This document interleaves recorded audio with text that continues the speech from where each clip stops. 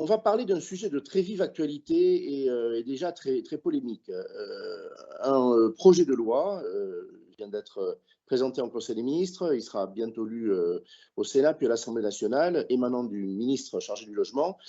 Une quinzaine de dispositions, mais on va aujourd'hui s'intéresser à celle qui concerne l'univers HLM avec une mesure tout particulièrement qui vise à durcir ce qui se passe aujourd'hui déjà pour les locataires HLM qui dépassent les plafonds de ressources avec un mécanisme de surloyer qui leur est appliqué, et puis aussi pour ceux qui sont trop loin de ces plafonds de ressources, le risque de résiliation de leur bail et donc la nécessité de quitter leur logement HLM. Alors, ces dispositions, parmi les 15 du projet de loi, ont déjà largement défrayé la chronique. On a fait le choix au cercle des managers d'abord de ne pas redire ce que d'autres débats ont pu dire ou d'autres diront en clivant entre ceux qui considèrent que c'est inadmissible, ceux qui trouvent que, après tout, l'aide publique doit être mieux mesurée. On va se poser la question du résultat et de l'applicabilité de cette loi, si elle devient une loi, si elle est votée en l'état. Et on pose la question, locataires HLM hors plafond de ressources, où va-t-on les loger? S'il est question effectivement de leur indiquer la sortie et de leur demander de céder à d'autres leur logement HLM, le sujet pour le pays, en conscience, c'est de dire est-ce que ces ménages pourront être logés? Alors on va mettre des chiffres aussi sur tout ça, et je voudrais d'ores et déjà remercier les 4 figures de notre secteur du logement qui ont accepté de nous consacrer du temps. Je vous renvoie, si vous voulez les connaître parfaitement, aux biographies du site du Cercle des managers. Donc je vais être très concis sur leur présentation, mais par ordre alphabétique, je voudrais remercier Michel Bancal qui est avec nous. Il est avec nous à plusieurs titres. C'est un élu, maire adjoint de la ville de Versailles, en charge du logement, des travaux sur le patrimoine et de l'hygiène, mais chargé du logement. Il est également président de l'Office public d'HLM des Yvelines, et il a d'ailleurs des fonctions nationales à la Fédération des organismes publics HLM. Il siège au bureau. Bref, on le tient pour un très grand connaisseur des HLM, de leur fonctionnement, et il siège, je le dis volontiers parce qu'on s'y retrouve au Conseil national de l'habitat, représentant la CFDT. Je vais ajouter… TC, pardon. TC. Et je vais ajouter, parce que j'ai le droit de mention personnelle, voilà, l'animateur peut faire ça, que nous sommes de la même promotion d'instituteurs de l'école normale de Versailles. Voilà, on s'est aperçu de ça en préparant ce débat. Ça n'est pas rien. Donc, il a commencé sa carrière comme enseignant. J'ai ça en commun avec lui. Je voudrais remercier à sa suite, on est toujours par ordre alphabétique, Jean-Claude Drian, qui était à l'étranger, et dès son arrivée en France, on le cueille et on lui demande de venir débattre avec nous. Il l'a accepté avec une limite. Bon, il sera avec nous une grosse heure, mais après il devra nous quitter. Il est professeur émérite à l'Institut d'urbanisme de Paris. Plus généralement, c'est un grand spécialiste des politiques publiques du logement et singulièrement de l'univers du logement public, du logement HLM, et du service public du logement. Nicolas Henry, son nom et mon prénom, à l'orthographe près. Il est directeur de la stratégie du groupe Action Logement. Merci beaucoup d'être avec nous. Et puis Christophe Robert, s'il faut le présenter, il est le délégué général de la Fondation Abbé Pierre. Une longue fidélité de 20 ans à cette fondation. Il en était, parce qu'il est sociologue, le patron des études avant d'y prendre les responsabilités qu'on lui connaît. Il est une figure très médiatisée, très exposée au titre du logement des plus fragiles, des plus démunis, mais aujourd'hui la fondation a une pensée beaucoup plus large sur le logement des ménages en France, et je vous renvoie au rapport annuel qui est une bible, une référence pour chacun d'entre nous, et notamment pour les étudiants qui se préparent à des métiers du logement et de l'immobilier. Voilà, alors, ces présentations étant faites, on va entrer dans le vif du sujet. Je laisse à notre président, à Benjamin, le mot de l'accueil, et puis on y va tout de suite pour débattre. Merci Henri, merci évidemment à tous les intervenants. Je suis personnellement ravi que nous évoquions ce sujet dans notre cercle, parce que le cercle ne s'intéresse pas uniquement qu'à l'immobilier et au logement privé. Il s'intéresse aussi à l'avenir de tous les ménages qui occupent aujourd'hui des HLM. Et quand aujourd'hui on parle de leur sortie du parc public, on évoque le sujet du fait qu'il y ait une alternative privée à cela. Et j'aimerais rappeler à tous que ce que vit aujourd'hui le parc privé, que ce soit au niveau locatif ou au niveau des ventes, eh bien, c'est une crise. Pour le locatif, on n'a plus… excusez-moi, un appel entre-temps. Pour le locatif, on n'a plus aujourd'hui de logement pour répondre à la demande. Et en ce qui concerne les ventes, on est en crise, et aujourd'hui, il y a de moins en moins de transactions et donc de moins en moins de place pour ces personnes qui devraient sortir et qui devraient se loger, et pour certaines qui pourraient envisager d'acheter. Par ailleurs, parmi les mesures proposées par ce projet de loi, on aimerait bien savoir qu'est-ce qui révèle de la moralisation de l'aide publique et qu'est-ce qui semble excessif et porterait préjudice à la nécessaire mixité. C'est pour ça que je suis ravi de pouvoir voilà, introduire cette conférence et d'écouter tous nos intervenants. Merci beaucoup, Benjamin. Allez, il faut un ordre, mais il est assez logique de faire s'exprimer l'élu parmi vous par priorité. Michel, peut-être un mot, j'ai annoncé qu'on le ferait, les chiffres. Il a été dit par le ministre, par le ministère, pour justifier ce durcissement, on va dire, des conditions au maintien dans les lieux, je le dis avec mes mots, que 400 000 ménages occupants des logements HLM aujourd'hui. Je rappelle qu'il y a 5,5 millions de logements HLM. Hein, vous pourrez me corriger si mes chiffres sont mauvais ou approximatifs. Donc 400 000 ménages seraient aujourd'hui au-delà des plafonds de ressources. Alors bien sûr, quand ils sont entrés dans ces logements HLM, ils étaient en dessous des plafonds de ressources. Leur dossier les rendait éligibles. Et puis, au fil des évolutions, retour à meilleure fortune, des revenus majorés, bref, les voilà au-dessus des plafonds de ressources.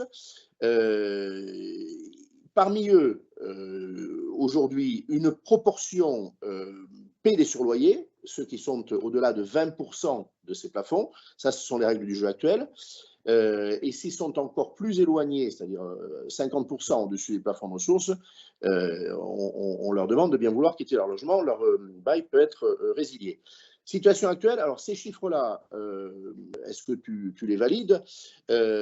Aujourd'hui, est-ce que effectivement les règles du jeu, je rappelle qu'elles datent de 1995, hein, c'est Pierre-André Périssol qui les avait installées, enfin, il avait fallu également une loi, est-ce qu'on applique systématiquement les surloyers? Est-ce qu'ils le sont de façon stricte? Est-ce qu'effectivement, ceux qui sont très loin des surloyers, on les conduit à libérer leur logement pour que d'autres en profitent? Et puis la question de ce soir, je te la pose tout particulièrement. Tu es un élu de Versailles, c'est une ville proche de Paris avec des loyers ou des prix, on peut parler de primo-accession, pourquoi pas, hein, pour sortir du parc, qui sont élevés. Qu'est-ce qui se passera demain dans une ville comme Versailles, par exemple, on peut parler plus largement, pour des locataires à qui on dirait allez voir ailleurs, on a besoin de votre logement HLM, vous n'êtes plus dans les conditions requises. Où vont-ils? Situation particulière de Versailles ou des Yvelines plus largement. Alors pour commencer, je vais juste faire une petite correction. Je suis président de l'Office HLM Versailles Habitat, pas celui des Yvelines, donc c'est vraiment centré sur Versailles. Et notre exemple, moi je prendrai ce que je connais, donc qui est Versailles.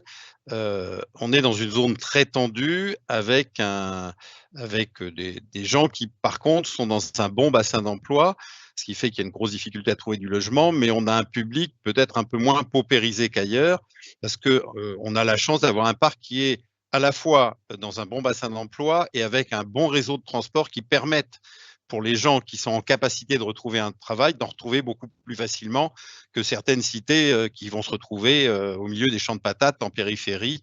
Voilà, surtout qu'on a beaucoup de gens qui ont des emplois de service avec des horaires décalés, donc c'est quand même quelque chose de positif. Moi, je voudrais voir 3 petites choses sur cette loi, pour revenir, donc je parlerai des chiffres que je connais un petit peu chez moi. Est-ce que cette idée de demander aux gens qui sont à 120% des plafonds de quitter est juste? Est-ce que cette façon de vouloir le faire, parce qu'on parle à la fois des revenus, mais du patrimoine, est réalisable? Patrimoine immobilier. Oui, patrimoine immobilier. Exactement, comme pour l'impôt sur la fortune, on ne touche que la fortune immobilière. Voilà. Et puis, est-ce que ça permet d'aboutir à l'objectif recherché, qui est de libérer, de faire un mouvement important pour libérer du logement social? Alors, est-ce que c'est juste 120% du plafond? Alors, au début, quand on nous a dit ça, tout le monde est un peu monté au créneau parce qu'on a dit, c'est pas parce que vous gagnez 120% d'un PLAI que vous êtes riche. En fait, on ferait partir, de ce que j'ai compris en lisant les propositions de loi, ceux qui sont à 120% du PLS. Du PLS. Et alors, honnêtement, ça veut dire que quand vous ramenez revenu mensuel en enlevant l'abattement de 10% pour les impôts, ça veut dire un couple sans enfant gagne 5 600 € par mois. Est-ce qu'ils ont vocation à rester dans le logement social? Enfin, plus de 5 600, je ne suis pas sûr. Alors, tu parles une mesure, pardon-moi Michel, c'est un point important, sur ces plafonds de ressources. J'étais amené à échanger avec des journalistes sur le sujet. On parle en net parce qu'on s'exprime souvent en brut pour les salaires. Alors, le plafond de ressources aujourd'hui, alors là où les choses sont intéressantes, c'est qu'on a 2 plafonds. C'est-à-dire que pour calculer le surloyer, si vous êtes en PLAI, PLUS, c'est par rapport au plafond du PLUS que vous payerez un surloyer. Par contre, pour partir, avant c'était 150, maintenant 120, du plafond PLS, quel que soit le logement dans lequel vous êtes. C'est-à-dire qu'avant, le plafond PLS n'est appliqué, enfin pour le surloyer n'est appliqué que pour les gens en PLS, mais pour le départ, il est appliqué à tout le monde. C'est voilà. Donc, ça complexifie un peu les choses. Et en fait, il s'agit du revenu fiscal N-2 qui est utilisé. Donc, le revenu fiscal qui est le revenu net après l'abattement des 10%. Voilà. Donc, ça fait quand même pas des gens qui sont très paupérisés. Ça me paraît pas avant 150%, 120, c'est pas aberrant. Surtout des gens qui sont dans du PLUS. Voilà. Certains d'ailleurs, en toute honnêteté, quelqu'un qui est dans un PULS qui se retrouve au-delà de 150% du plafond, enfin PLUS qui est au-delà de 150% du plafond PLS, généralement, il a un surloyer qui l'incite à partir avant que ça soit obligatoire. Donc, Michel, pour qu'on fasse un peu didactique, a priori, il n'y a que des femmes et des hommes qui connaissent bien notre secteur, mais est-ce que tu peux nous dire en 2 mots ce que sont ces 3 grandes catégories? Voilà, fais simple. Alors, on va dire très simplement, ce n'est pas la peine de retenir ce à quoi ça signifie parce que le terme n'a pas beaucoup de sens. Le PLAI, c'est le logement social. Le I veut dire d'intégration pour les gens les plus défavorisés. Voilà. Donc, c'est les moins chers et en plafond de revenus et en loyer. Le PLUS, c'est le logement standard, le logement social standard, qui est le plus général. Et le PLS, c'est le logement social, on va dire plus, donc c'est des revenus plus chers et des loyers plus chers. Mais tout ça reste dans le logement social au titre de la loi SRU, et après, vous avez le logement dit intermédiaire. Bien, très clair. Alors, suivant les endroits où vous êtes, il est très clair qu'à Versailles, ça peut correspondre à des gens parce que le loyer libre est hors de prix. Il y a des tas de zones en France où on ne fait pas de PLS parce que le loyer libre est déjà moins cher que le PLS, pour dire les choses clairement. Voilà. Donc, est-ce que c'est juste? Ça ne me paraît pas en soi complètement aberrant. Après, est-ce que c'est réalisable? Alors, sur le revenu fiscal de référence, ça, c'est des choses qu'on connaît. La loi, d'ailleurs, prévoit de nous l'envoyer de façon automatique. Ce n'est pas quelque chose de compliqué. Et contrairement à ce qui a pu être dit à gauche et à droite, c'est déjà fait tous les ans. C'est-à-dire qu'actuellement, un bailleur social, et s'il ne le fait pas, il se fait taper sur les doigts, tous les ans, il doit demander le revenu fiscal de référence de tous les locataires, sauf ceux qui sont en QPV parce qu'il n'y a pas de surloyer, Alors, Et ceux qui des acronymes, donc ceux qui sont en quartier prioritaire de la ville, donc les quartiers, on va dire, allez, très défavorisés, avec beaucoup de problématiques. Ceux-là, pour garder la mixité sociale, même si par hasard vous dépassez les plafonds, vous n'avez pas de surloyer, pour pas faire partir les rares qui pourraient, voilà. Et puis, on ne fait pas non plus cette enquête tous les ans pour ceux qui touchent l'APL, parce qu'on part du principe que s'ils touchent l'APL, c'est que ça a déjà été vu par la CAF, qui sont a priori absolument pas en surloyer. Et par contre, pour tout le monde, qui soit en QPV ou qui touche l'APL ou pas, on fait tous les 2 ans l'enquête dite OPS, occupation du parc social, où on redemande ses revenus à tout le monde. Donc, quand on nous a dit on va faire cette enquête, on va savoir ce que touchent les gens, mais c'est déjà fait. Ça, c'est déjà fait, ça ne change rien. D'accord. Par contre, là, je vais au bout, sans entrer trop dans les détails, mais sous l'aspect moralisation, le mot a été prononcé par Benjamin, on peut l'assumer. C'est effectivement, est-ce que les aides vont à des personnes qui pourraient s'en passer, pour simplifier. Est-ce qu'aujourd'hui, si un locataire ne répond pas à cette enquête annuelle, qu'est-ce qui lui arrive? Alors, on en a tous les ans un certain nombre, ce n'est pas les plus riches, c'est les plus pauvres généralement. C'est-à-dire qu'on a des locataires qui, partant du principe qu'ils ne gagnent rien ou presque, n'ont pas besoin de déclarer leurs impôts. Donc, on leur demande de nous envoyer leur revenu fiscal de référence, ils ne l'ont pas parce qu'ils n'ont pas fait de déclaration aux impôts. Et dans ce cas, la loi est très, très dure, c'est-à-dire que d'emblée, ils ont le surloyer maximum. Donc, généralement, là, ils vont en catastrophe voir les impôts. Tu leur dis, bon monsieur, ça ne sera pas fait avant 6 mois. Et puis, au bout de 6 mois, c'est régularisé, la dette est effectivement effacée.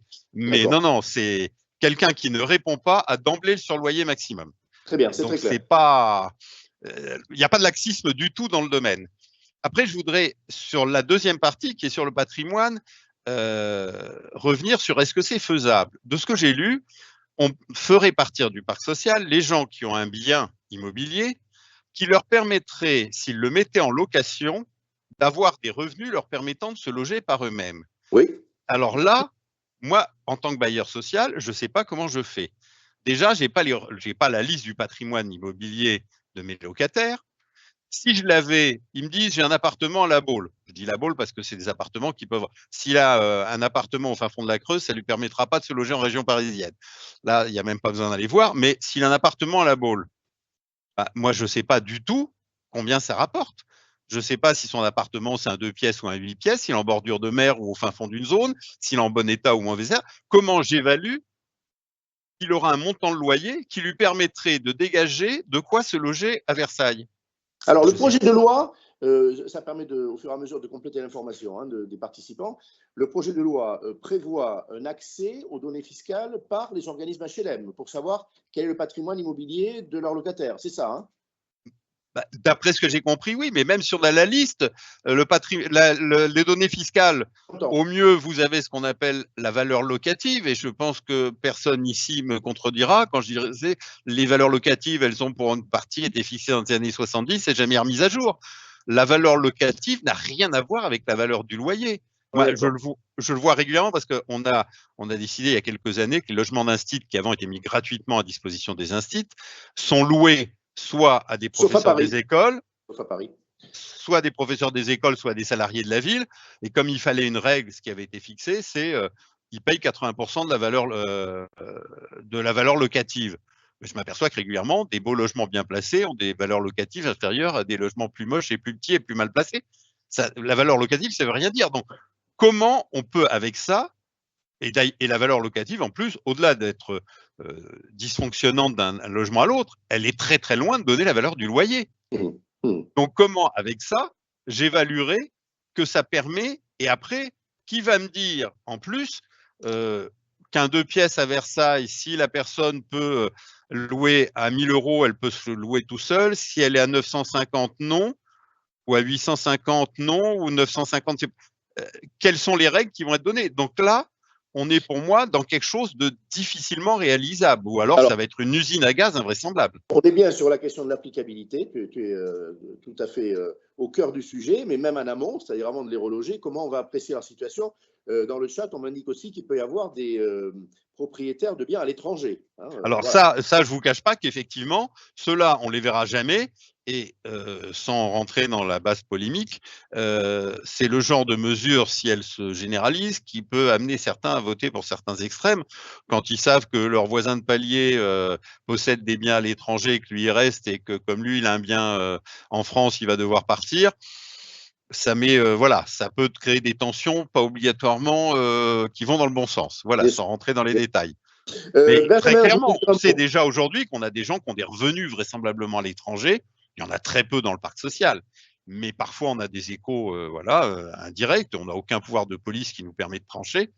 Et déjà, c'est pas la meilleure chose, quoi. Alors, Benjamin, puis après, on parlera d'échange de logements, parce qu'on a beaucoup de questions. Et voilà, c'est le premier participant qui juste pour finir, avant peut-être de laisser parler Benjamin, pour donner les chiffres chez nous, j'ai fait l'enquête sur Versailles Habitat. Les gens qui dépassent actuellement de 50% des plafonds, on en a 4, mais c'est que des gens de plus de 65 ans, parce que je rappelle que cette loi ne s'applique pas aux gens de plus de 65 ans et aux personnes titulaires d'un handicap. Voilà. Et que si on passait à 120%, nous arriverions brillamment à avoir 33 personnes concernées, dont seules 21 ont moins de 65 ans. Ça, c'est un chiffre rapide. Je n'ai pas vu s'il y avait des handicaps et s'il n'y avait pas une personne, un co-demandeur qui avait plus de 65 ans dedans. Ce qui veut dire que moi, sur un patrimoine de 5000 et quelques, 5300 logements, j'aurais 21 départs. Donc là, j'arrive sur mon troisième point. Est-ce que cette loi répondrait à l'objectif qui est de créer une vraie mutation et voilà, 21 sur 5000. Je vous laisse faire le rapport avec les 5 millions. Ça ferait 21 000 et pas 400 000. Benjamin, et on continue. Juste deux petites choses. La première, c'est que pour connaître un loyer, de plus en plus de villes encadrent leur loyer. Donc, il suffirait d'avoir les superficies pour avoir les loyers perçus par les propriétaires. Voilà. Et sur aujourd'hui la déclaration des biens qui est rendue obligatoire, ça, c'est une chose qu'on aurait assez facilement. La deuxième chose, et la complexité que moi j'y vois, c'est que aujourd'hui, avec des occupants, on ne peut pas imposer aux offices HLM de faire des travaux. Mais si demain, ils viennent à libérer les lieux, ils ont des obligations bien plus strictes que le parc privé dans la rénovation des logements pour les remettre en location par la suite. Je pense que ce budget-là n'a pas été évalué et qui serait colossal. Si on n'a que 21 départs, ça ne va pas être colossal. Non, parlons pas des 21, mais imaginons que ce soit plus et que. Oui. Après, je me trompe peut-être, mais je ne suis pas sûr que ce soit ceux qui ont les plus gros revenus dont les logements seraient le plus dégradés, parce que ceux qui ont des gros revenus vont eux-mêmes faire peut-être des travaux régulièrement dans leur logement parce qu'ils ont les moyens de le faire. Donc, ils vont faire régulièrement la peinture, la moquette ou l'électricité sans même demander au bailleur. Enfin, je me trompe peut-être. Hein. Après, pour ce qui est d'avoir le prix, le loyer au mètre carré par logement, ça, c'est dans les villes tendues. Si les gens ont des résidences secondaires dans un certain nombre de temps, ce n'est pas dans ces villes-là qu'il y a les loyers qui sont encadrés et qu'on a le loyer au mètre carré. Voilà. Non, mais je faisais juste cette petite allusion parce que l'encadrement a été un tel sujet pour nous dans le parc privé que je me permettais de faire ça. Michel, dernière question avant que Christophe ne s'exprime. Les personnes qui dépassent aujourd'hui, alors tu les as chiffrées pour ton organisme, merci d'avoir fait cet effort-là. Alors, ils ne sont pas très nombreux. Demain, ils seraient une vingtaine sans avoir regardé leur situation et s'ils relèvent des exceptions, hein, personnes handicapées, personnes au-delà de 65 ans. On va dire une vingtaine de logements. Bon, ça n'est pas rien, mais ces personnes-là, est-ce qu'effectivement, demain, on résilierait leur bail? Et est-ce que les règles de résiliation aujourd'hui, je rappelle qu'il faut pendant 2 ans consécutifs avoir dépassé les plafonds, alors de 20% pour l'instant, 50 demain, qu'on a 18 mois pour quitter son logement. Est-ce que sur les règles du jeu, pour ceux qui ont dépassé, alors aujourd'hui de loin, 50%, les plafonds sont d'abord respectés? Est-ce qu'on leur dit de libérer leur logement? Et est-ce qu'elles ne sont pas à revoir? Je me fais l'avocat du diable, 18 mois pour quitter son logement. Si on est en situation d'aller louer à l'extérieur, je parle bien de cela. Est-ce que là-dessus, il n'y a pas quelque chose à revoir? Moi, honnêtement, alors je parle pour nous, hein, je ne sais pas ce que ça vaut pour les autres bailleurs. Je pars du principe quand même que les autres doivent respecter la règle et la loi telle qu'on la respecte. D'autant plus qu'on a l'Ancols qui vient vérifier ça quand même régulièrement. Hein, il y a quelques bailleurs qui ont fait des attributions au-dessus du plafond, même d'ailleurs pas obligatoirement, on va dire, condamnables. Hein. Il y en a quelques-uns dans des zones complètement étendues. Quand un bailleur a en permanence 10 ou 15% de son parc qui est vide, qui attribue à quelqu'un qui est un peu au-dessus du plafond, ça me choque moyennement, quoi. Si vraiment dans certaines, on a des zones de France complètement détendues où on court après le locataire. Après, honnêtement, chez nous, moi, la dernière fois où il y a eu une modification un peu importante, c'était quand, je crois que c'était du temps de Christine Boutin, où on avait augmenté fortement le surloyer. On a eu brillamment, les gens n'atteignaient pas le niveau où ils étaient obligés de partir. À l'époque, c'était 200% pour partir. On en a eu 3 qui se sont retrouvés avec des surloyers importants et qui, du coup, sont partis tout seuls, dont 2, je crois, qui bénéficiaient de petites maisons de ville depuis des années et nous ont écrit une lettre comminatoire pour nous expliquer qu'ils avaient toujours cru à la mixité sociale, mais puisque c'était ça, ils partaient vivre dans leur résidence secondaire. Et je dois vous avouer que ça ne m'a pas arraché des pleurs.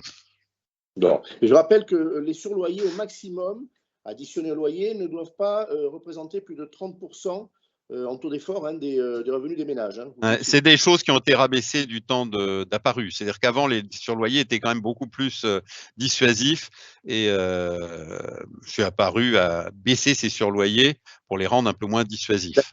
D'accord. Christophe. Mais nous, je vois chez nous, pour l'instant, on n'a que 4 personnes qui dépassent les 150% et toutes âgés de plus de 65 ans. Et dans ceux qui sont en dessous, on a encore pas mal de plus de 65 ans, avec des cas, je voudrais juste citer un pour l'anecdote, un monsieur qui s'est retrouvé dépasser un peu les plafonds quand il est devenu veuf, qui nous a menti, mais quand vous allez voir, quand je dis menti, je plaisante, en nous disant, écoutez, laissez-moi mourir dans mon logement, j'en ai plus pour très longtemps. Il avait 94 ans. Aujourd'hui, il en a 104, il est toujours dans son logement. Mais vous imaginez bien. L'occupation de logements HLM prolonge la vie.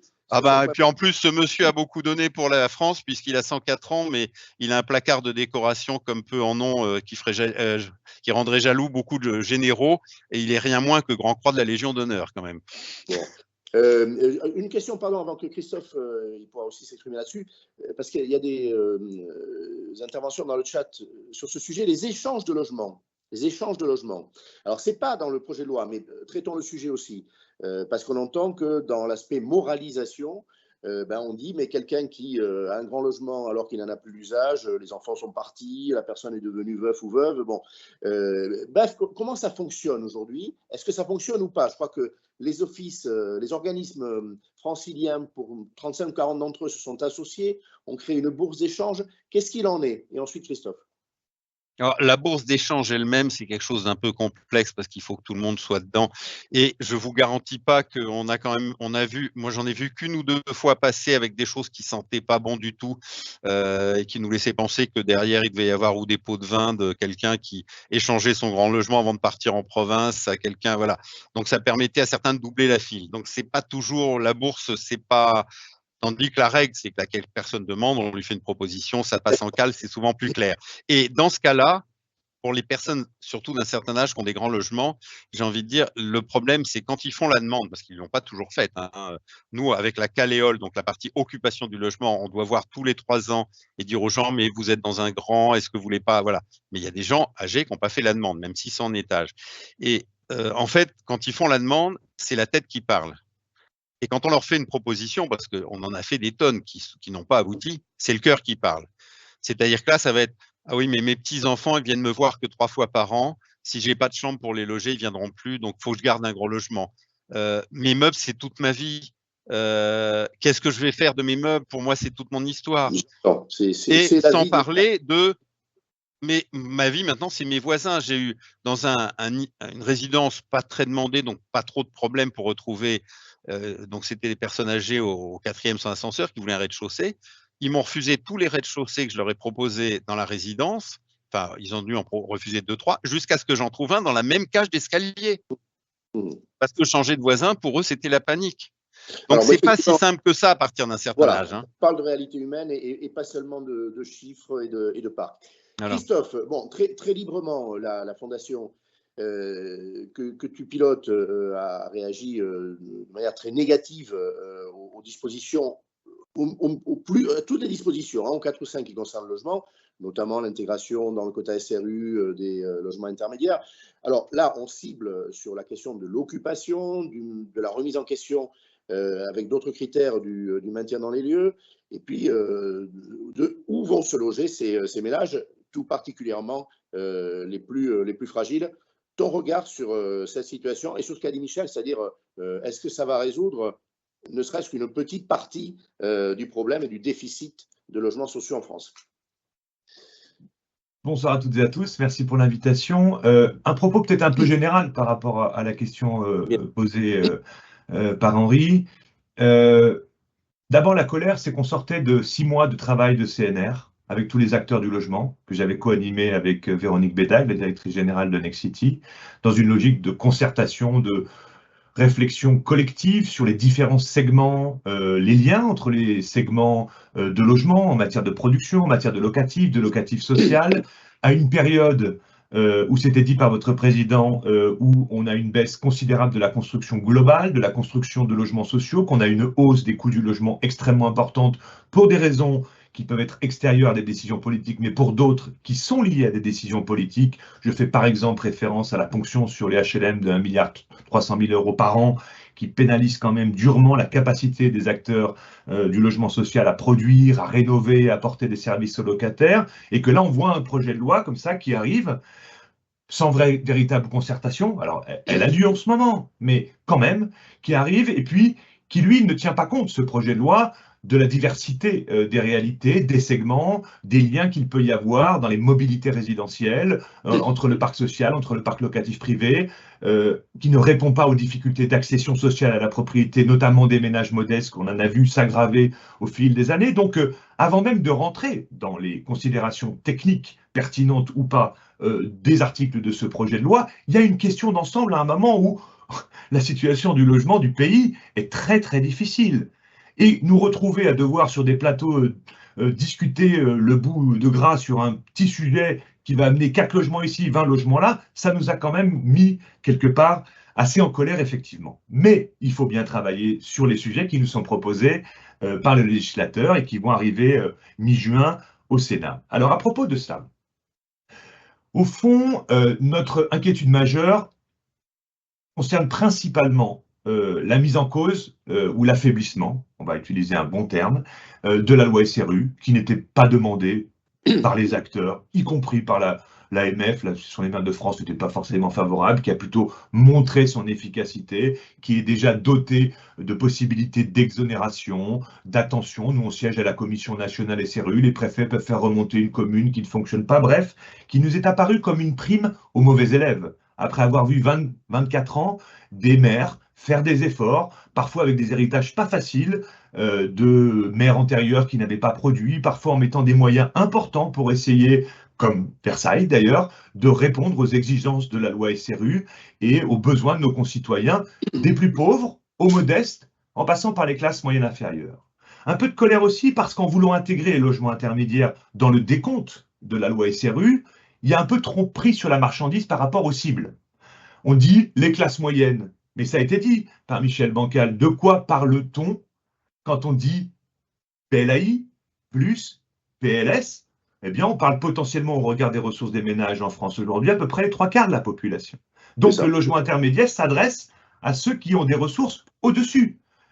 Nous, à la Fondation Abbé Pierre, on pense que dans plein de territoires, il y a besoin de logements intermédiaires. Parce que les marches entre le logement social et le parc locatif privé sont telles qu'il manque ce segment-là. Mais pas à la place du logement social. Et on avait dit, pour que vous compreniez bien ce que je dis là, on avait dit au ministre du Logement, si vous voulez inciter davantage à la production de logements intermédiaires qui s'avèrent effectivement utiles, ajoutez 5% ou 25% de logements SRU. Donc, ce n'est pas par opposition à l'intermédiaire que nous nous sommes positionnés, mais par le fait que ça viendrait se substituer à une offre de logement social dont nous avons fortement besoin. Pour que vous compreniez bien, les plafonds de ressources pour un couple avec 2 enfants le plafond, donc le maximum, pour entrer dans un PLI pour un couple avec 2 enfants à Lyon ou à Lille, c'est 7 500 € au sens de ce que nous disions tout à l'heure, le revenu fiscal de référence, c'est-à-dire la partie nette. Net.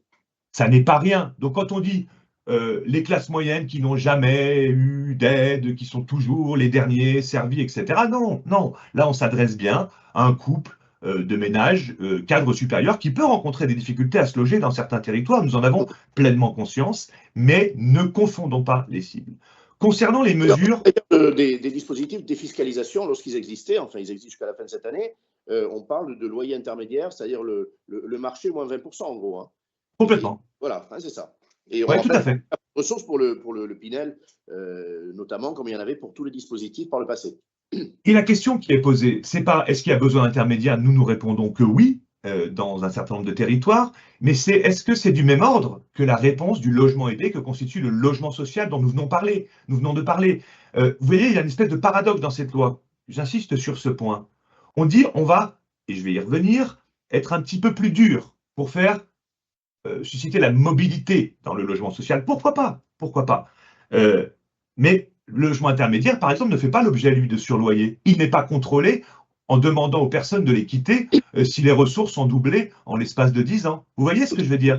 Sentiment de 2 poids 2 mesures, d'où aussi un petit peu d'inquiétude de notre part. Concernant les mesures dont nous venons de parler, dont vous venez de parler avec Michel Bancal, pour tout vous dire, sur les modalités de financement du logement social qui ont été fortement affectées au cours de ces 7-8 dernières années, ça nous gêne de dire qu'il faudrait le surloyer dès le premier euro de dépassement. Mais sur le principe, ça ne nous gêne pas tant que ça.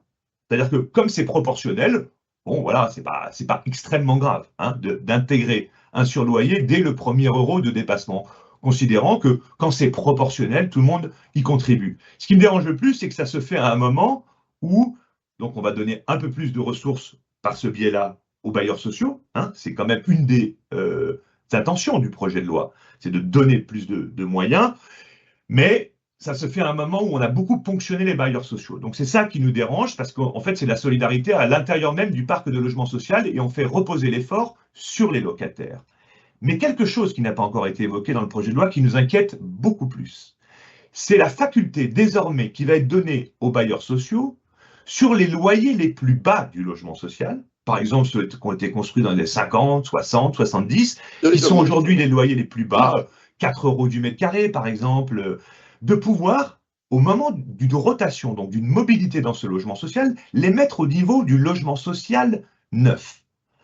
Pourquoi ça nous inquiète? Parce que nous avons déjà suivi l'évolution de la part de logements sociaux à très très très bas loyer, qui correspond à un besoin d'une partie de la population en France, qui diminue année après année, qui a fortement diminué, notamment ces 5-10 dernières années. Et là, si ces logements, qui restent les seuls accessibles à une partie de la population dans certains territoires, venaient à pouvoir être augmentés si les bailleurs le faisaient, peut-être que les bailleurs ne le feront pas, ou les maires décideront avec les bailleurs de ne pas le faire, mais si on le faisait, on réduirait encore significativement cette offre de loyers sociaux à très, très, très bas niveau de loyer au mètre carré. Et ça, c'est un sujet qui nous inquiète beaucoup parce que ça pourrait vraiment créer de fortes tensions auprès de ces ménages et puis limiter les capacités de reloger. Vous savez, il y a déjà des lois que nous demanderions, nous, qui soient davantage appliquées. Il y a une loi qui impose que dans les attributions de logements sociaux, il y ait au moins 25% des attributions qui soient réservées au premier quartile de ménage en termes de ressources. Donc 25% au quart de ménage le plus fragile. On n'y est pas. On est à 17% aujourd'hui. Donc, parce qu'on n'y est pas, parce que parfois on manque d'offres qui correspondent à la capacité financière de ces ménages. Donc réduire encore ce parc-là, pour nous, c'est extrêmement inquiétant. Un autre point, si vous permettez. Bien sûr, bien sûr. C'est que dans le débat public, et c'est peut-être pour ça que tu dis Henri, que on a manifesté à fort mécontentement. On a eu le sentiment dans la communication que les choses étaient mal gérées dans le pays sur le logement social. Mais ce n'est pas vrai. Au fil des années, le législateur a beaucoup plus contrôlé. Michel Bancal l'a dit. Les surloyers, ça existe depuis 1958. Alors, ils ont évolué. Ils sont appliqués, alors, sauf exception, mais ils sont appliqués automatiquement. Et si les gens ne donnent pas leurs ressources, bim, c'est surloyer. Le fait de ne pas avoir un logement social à vie, c'est une réalité qui existe déjà depuis de nombreuses années. Alors, on peut discuter du curseur. Nous, le curseur de 150% nous paraissait bon, je ne vous cache pas. Donc, on est un peu inquiet de le voir descendre à 120%, tout en sachant que ce ne sera pas énormément de monde, hein, ça a été dit par Michel Bancal. Pourquoi on est inquiet? C'est que si le marché était facilement accessible aujourd'hui, si c'était détendu, nous, on n'aurait pas du tout le même regard. Vous voyez ce que je veux dire? On n'aurait pas du tout le même regard sur les risques de faire qu'un certain nombre de ménages, avec des revenus modestes, ne trouvent pas de solution au bout. Et elle est là, la question. C'est la question que vous avez posée ce soir, Henri, dans votre introduction. Et on ne peut pas penser des évolutions législatives sans se préoccuper du contexte, simplement sur les principes. Or, ces principes, ils étaient déjà établis depuis longtemps, sur loyer, obligation de quitter à 150%, contrôle par l'ANCOLS. Bref, il y avait déjà une armature qui nous permettait d'éviter des pratiques déviantes qui auraient pu y avoir lieu dans certains territoires, chez certains bailleurs ou je ne sais pas quoi. Mais là, ça arrive dans un moment de tension sur le parc locatif et les écarts entre les ressources des ménages et le coût du logement qui nous font dire attention à ne pas vouloir lancer des choses un petit peu vides de façon macroéconomique sans se préoccuper de la réalité vécue par nos concitoyens. Et il est là le sujet d'inquiétude majeure. Tu es au cœur du sujet, tu y étais aussi avant, mais tu avais annoncé quelque chose de plus large et c'était nécessaire. Deux choses, est-ce que tu as en tête, ou l'un de tes camarades, ce qui aujourd'hui provient des surloyers et qui va aux organismes HLM, tu l'as dit. Alors, tu as donné ton avis sur ce mode de financement des HLM payés par les locataires, hein, ce sont tes mots. C'est tout à fait juste. Aujourd'hui, ça constitue combien de millions et combien ça en constituerait? Grosso modo, en 2022, vous avez 80 000 logements, enfin 84 000 logements qui sont assujettis au surloyer. D'accord? Parce que, en fait, d'autres pourraient l'être, mais ils sont en zone dite prioritaire au sens de ce que Michel Bancal évoquait, quartier de la politique de la ville. Et évidemment, pour éviter d'accroître les phénomènes de concentration des précarité, des pauvretés dans certains territoires, du fait de notre urbanisation. C'est pas partout pareil, hein, ni dans les pays européens, ni dans nos territoires dans l'Hexagone, ou d'ailleurs en Outre-mer également. Donc c'est à peu près 83 000 logements. J'ai regardé la moyenne du montant mensuel du surloyer aujourd'hui, c'est 136 € en France, mensuel. Mais en zone 1 bis, les secteurs tendus, c'est plutôt 280 €. Donc ça n'est pas rien. Chaque mois, le montant mensuel donc, du surloyer, c'est 11 millions, un peu plus, 11 300 000 €. Donc en gros, si on fait comment on pourrait dire, une extrapolation… 140 millions. Ouais, c'est ça, 136, 140 millions d'euros. Donc ça pourrait augmenter un petit peu, hein, cette voilure-là, puisqu'on démarrait au premier euro de dépassement des plafonds. Simplement, il faut être attentif à une chose. Toutes les situations sociales ne sont pas égales par ailleurs en fonction des périodes. Tout à l'heure, Henri, tu disais, est-ce qu'il ne faudrait pas réduire, par exemple, parce que là, il faut pendant 2 ans avoir, je parle là de la partie du texte de loi qui envisage de devoir quitter le logement social. On dit que c'est 2 ans, hein, consécutifs de dépassement à plus de tant de pourcents. Aujourd'hui, 150%, demain, 120%. Eh bien, et après, vous avez 18 mois pour le quitter. 18 mois. La question, c'est qu'il y a beaucoup de fluctuations dans les ressources des ménages, dans le monde dans lequel nous vivons aujourd'hui. Vous voyez ce que je veux dire? C'est-à-dire qu'il y a des personnes, donc je pense qu'il ne faut absolument pas baisser ce temps-là. C'est-à-dire qu'on peut avoir un moment un peu plus facile pendant 1 an dans notre activité économique. Je pense notamment aux artisans, je pense notamment aux commerçants, ce que nous, on voit de plus en plus venir à la Fondation Abbé Pierre, qui, il y a une dizaine d'années, ne frappait pas aux portes des aides sociales, si vous voulez, parce que l'inflation, parce que les difficultés, parce que l'après-Covid, etc. Donc attention aux fluctuations de ressources. C'était la raison pour laquelle, sur une autre disposition qui a été adoptée, contre laquelle nous n'étions pas du tout opposés à la contemporanéisation des APL, on avait dit attention, vous voulez regarder les ressources des ménages tous les 3 mois pour définir le montant de l'APL? Pourquoi pas? Parce qu'on a des outils qui le permettent aujourd'hui, comme le prélèvement à la source, mais lissez-le au moins sur 1 an. Autrement, on va faire que sortir, rentrer pour un certain nombre de ménages dont les ressources sont très fluctuantes. Donc attention à cela. Il faut aussi que notre législateur intègre la réalité, non, je l'ai dit tout à l'heure, du monde du logement, des mobilités dans le logement qui sont en baisse considérable. Hein. Mesurez une chose, il y a encore quelques années, c'était 500 000 logements qui tournaient dans le logement social par an. 500 000 nouvelles attributions.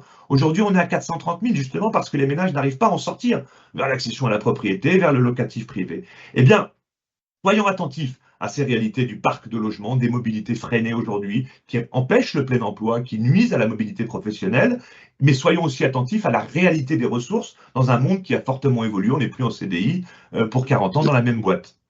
Je voudrais juste donner une petite indication parce qu'on a eu l'air de dire que le surloyer revenait aux bailleurs sociaux. Je rappelle qu'aujourd'hui, même si la loi propose d'aller plus loin, oui, les bailleurs sociaux ne gardent que 15% du surloyer comme frais de gestion puisque c'est eux qui font tout le travail de demander les revenus fiscaux de référence, de calculer, de percevoir les surloyers et après des sommes perçues, ils reversent 85% à l'État. Alors, simplement, est-ce que néanmoins le fléchage des 85% qui vont à l'État conduit de nouveau vers la construction HLM ou la rénovation HLM? Oui, on diminue d'un côté et voilà, on remplit avec ça après avoir diminué ailleurs. Donc, la somme n'est pas plus importante, au contraire. D'accord. Alors oui, c'est pour ça que tout à l'heure, mais Henri, ça t'a pas échappé, je l'ai dit un petit peu vite, mais c'est présenté comme ça, y compris dans le cabinet logement aujourd'hui, hein, que j'ai vu récemment. C'est de dire, enfin quand même, vous qui avez manifesté votre inquiétude sur la baisse des ressources des bailleurs sociaux par le système de la réduction de loyer de solidarité à hauteur de 1,3 milliard d'euros par an, vous n'allez pas me dire, aujourd'hui, on va pouvoir redonner de l'air aux bailleurs sociaux. Oui, alors, il y a une philosophie d'action quand même, hein, c'est les locataires qui payent pour ça, éventuellement même pour l'intermédiaire, donc il y a un enjeu qui se pose et on n'est pas du tout sur les mêmes volumes financiers non plus. Pour te donner raison, on annonce, je crois, que la réforme actuelle, si elle va au bout, conduirait à faire entrer non pas 120, 130 ou 140 millions, qu'on calculait tout à l'heure, mais en dessous de 200 millions, c'est-à-dire 170 ou 180. On reste sur l'épaisseur du trait, hein, si je puis dire, voilà, pour le financement des HLM. Et ça, c'est un sujet, si vous permettez, qui, moi, m'inquiète beaucoup plus de manière globale dans le projet de loi. Je mets de côté ce qui peut favoriser la production. Hein. Il y a tout un volet qu'on ne traite pas là, mais j'ai peur quand même qu'on mette de grosses usines à gaz, hein, ne serait-ce que sur le LLI intégré dans la loi SRU. Aujourd'hui, ils ne sont pas décomptés, ils ne sont pas suivis. Alors, on pourrait le faire, on peut tout faire, mais il faut aussi que le législateur, et nous en parlerons comme ça avec les parlementaires, mesure quelle est l'efficacité, c'était posé dans votre question de ce soir, quelle est l'opérationnalité. J'ai déjà entendu une fois le terme usine à gaz. Attention à ça, on est quand même assez spécialiste en la matière. Il faut que ça vaille, que le jeu aussi en veuille la chandelle au-delà de la philosophie d'action. Christophe, une question avant que Jean-Claude n'intervienne. Est-ce que tout de même ces débats et puis les dispositions en question ne font pas aussi le procès de la cherté du logement privé? La fameuse marche que tu évoques, parce que c'est ça qu'il s'agit, ceux qui quitteraient le logement HLM, et je pose la question, où iraient-ils? Bon, est-ce qu'ils peuvent gravir la marche? C'est l'expression que prenait aussi Michel tout à l'heure, en tant qu'élu. Est-ce que tu as aussi un discours, la Fondation Anna, hein, sur l'accessibilité ou la trop faible accessibilité du logement locatif privé, notamment? Ah oui, ben alors là, on est parti dans. Je vais faire court. Oui, une thèse, mais tu en as fait. Écoutez, oui, bien sûr. Plusieurs choses.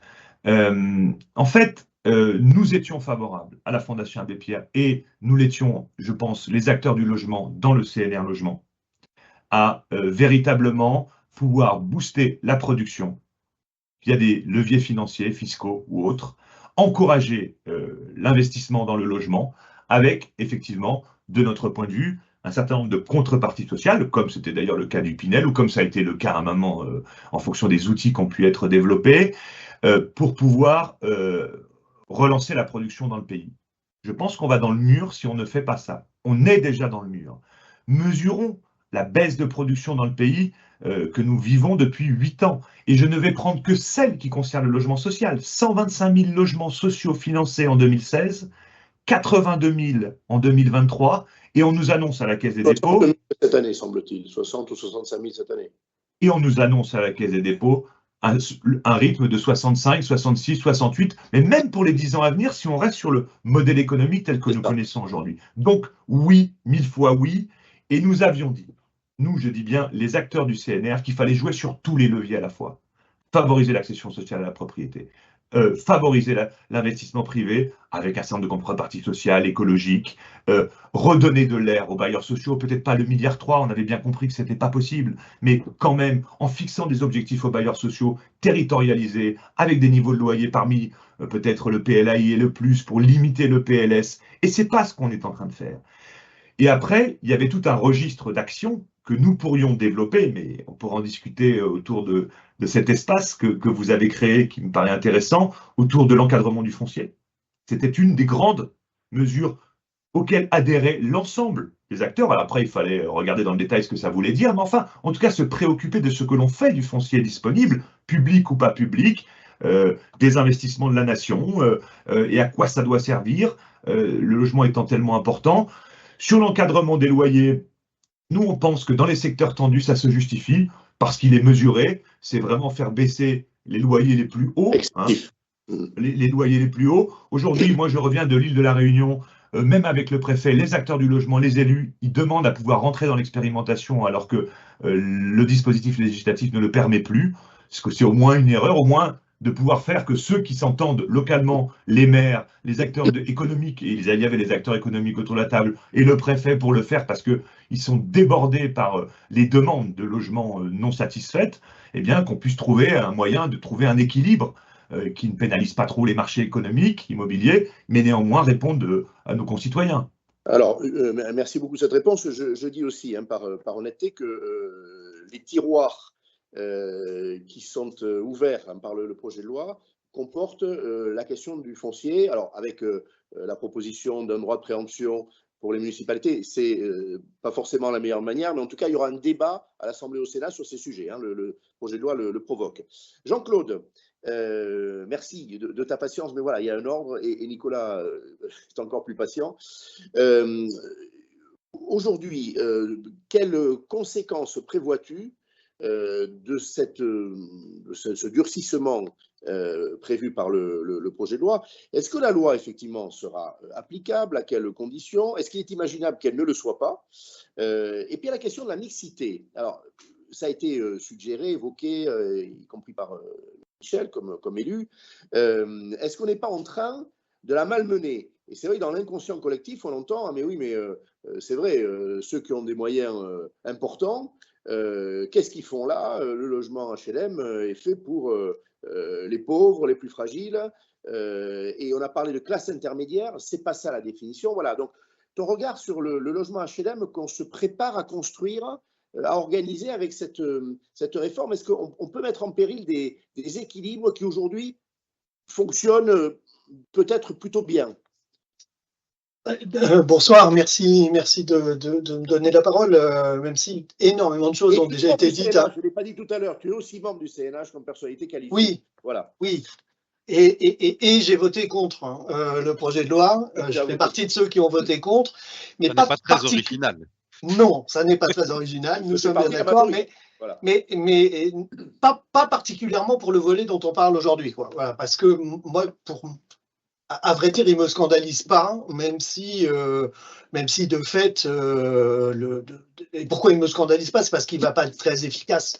En réalité, il y a un enjeu absolument majeur là-dessus, je crois que j'ai aucun doute là-dessus, à développer la mobilité dans le parc social parce que c'est le facteur principal de blocage et que même si on accroît considérablement, ce qui n'est pas tout à fait à l'ordre du jour, on vient de le dire, la production nouvelle, de fait, l'essentiel de la production de l'offre de logement, elle se fait par la mobilité. On voit même que dans les lieux où le parc social, où le stock de logements sociaux a augmenté parce qu'on en a produit quand même pendant ces dernières décennies, le nombre de logements sociaux augmente, mais l'offre de logements sociaux, c'est-à-dire les logements qu'on peut attribuer chaque année à des ménages demandeurs, elle recule.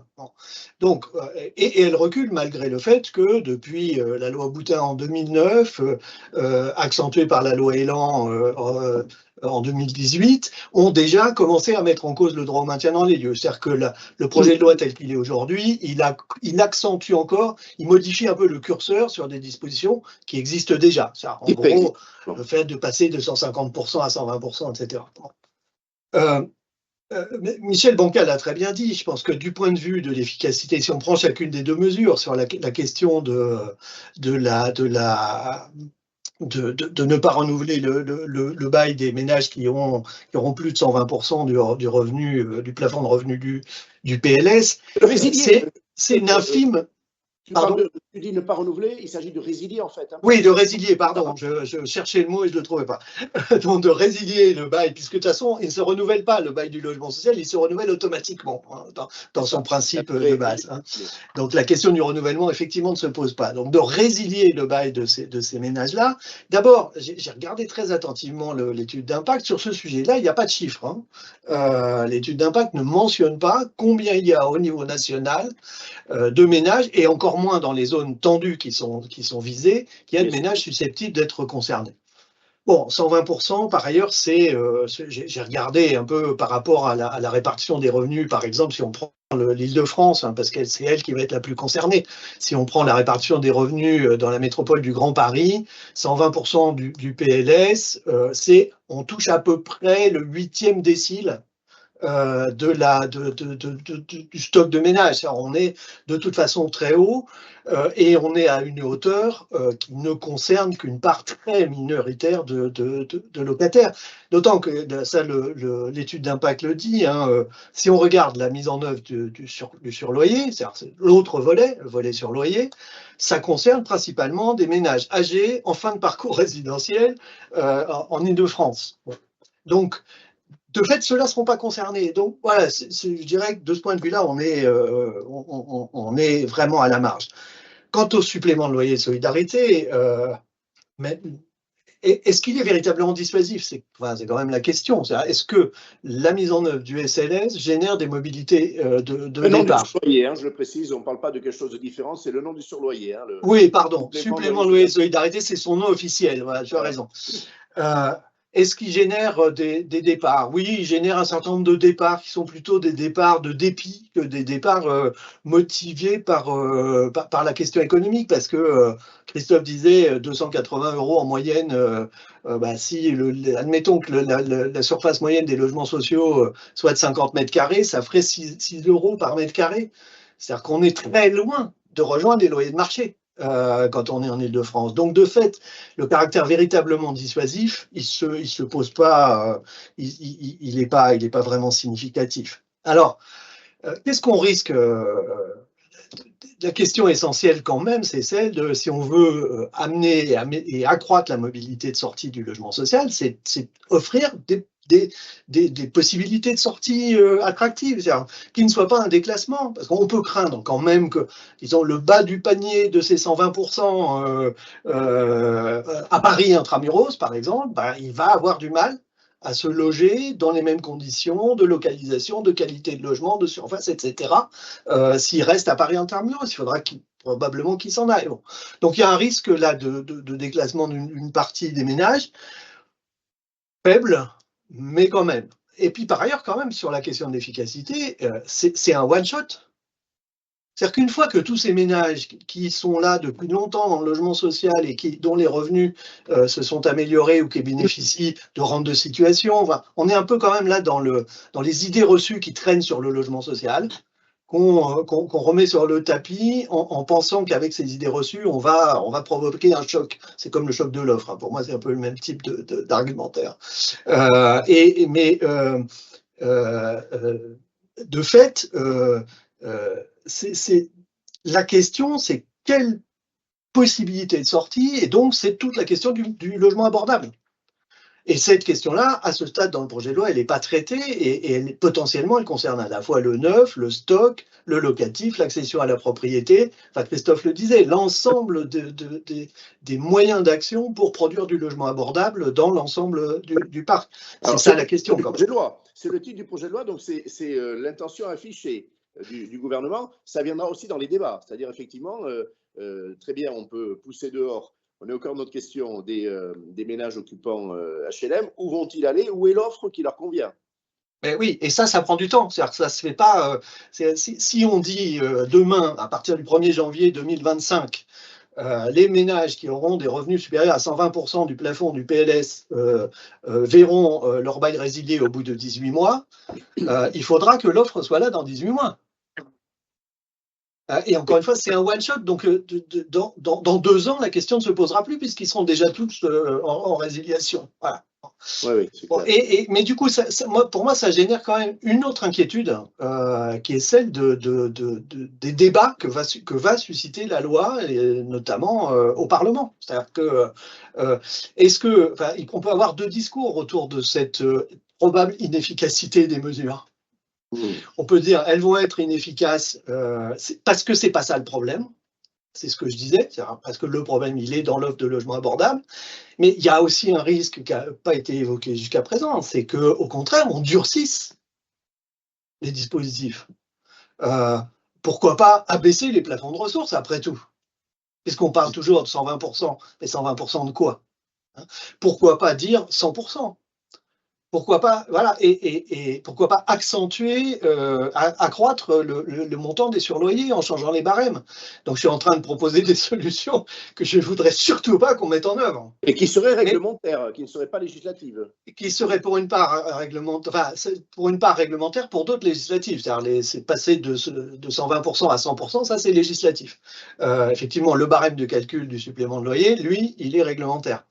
Bref, moi je crains qu'en partant de ce type de proposition de mesures dans le projet de loi, y compris compte tenu du contexte politique, de majorité difficile à trouver, etc., autour des lois, comme on l'a vu pour la loi sur l'immigration, qu'on ait un durcissement parlementaire de ces mesures-là. Et je pense que là, on deviendrait beaucoup plus contre-productif.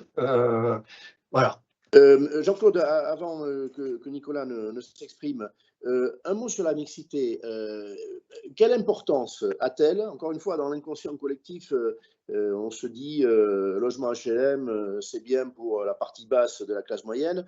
On regarde d'urbanistes là-dessus, avec une approche sociologique aussi, cette mixité, est-ce qu'on la malmène en abaissant le seuil de déclenchement de la résiliation des baux?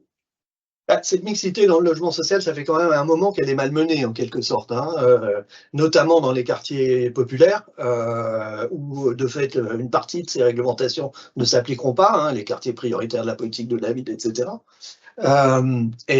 Cette mixité, elle a beaucoup reculé déjà depuis pas mal d'années, et on a une véritable paupérisation de l'occupation du parc. Et on voit bien aussi que les demandeurs aujourd'hui ont des niveaux de revenus qui sont nettement plus bas que les plafonds officiels. Je ne pense pas que ces mesures-là, en tant que telles, même si je vois bien l'argumentaire qu'on pourra développer et que pourront développer certains acteurs, je ne pense pas qu'on est là dans une menace réelle pour la mixité sociale dans le parc. D'accord. Enfin, mais voilà, pour moi, la question de la mixité, du lien entre mixité sociale et parc social, elle se joue en d'autres lieux, notamment autour de SRU. Christophe l'a suffisamment dit, mais voilà. SRU, tout à fait.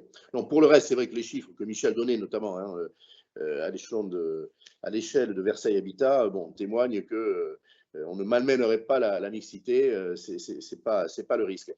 Merci beaucoup. Tiens, je mentionne aussi pour ceux d'entre vous qui êtes des auteurs aussi, c'est vrai de Christophe, c'est vrai de ton cas, que dans les biographies du site du Cercle, on retrouve une partie de vos titres, voilà, notamment vos productions les plus récentes, si on veut tout connaître de votre pensée. Nicolas, alors, Action Logement, tu succèdes à quelqu'un qui a dit ouvertement qu'il avait voté contre en Conseil national de l'habitat le projet de loi et qui vient de nous donner des raisons.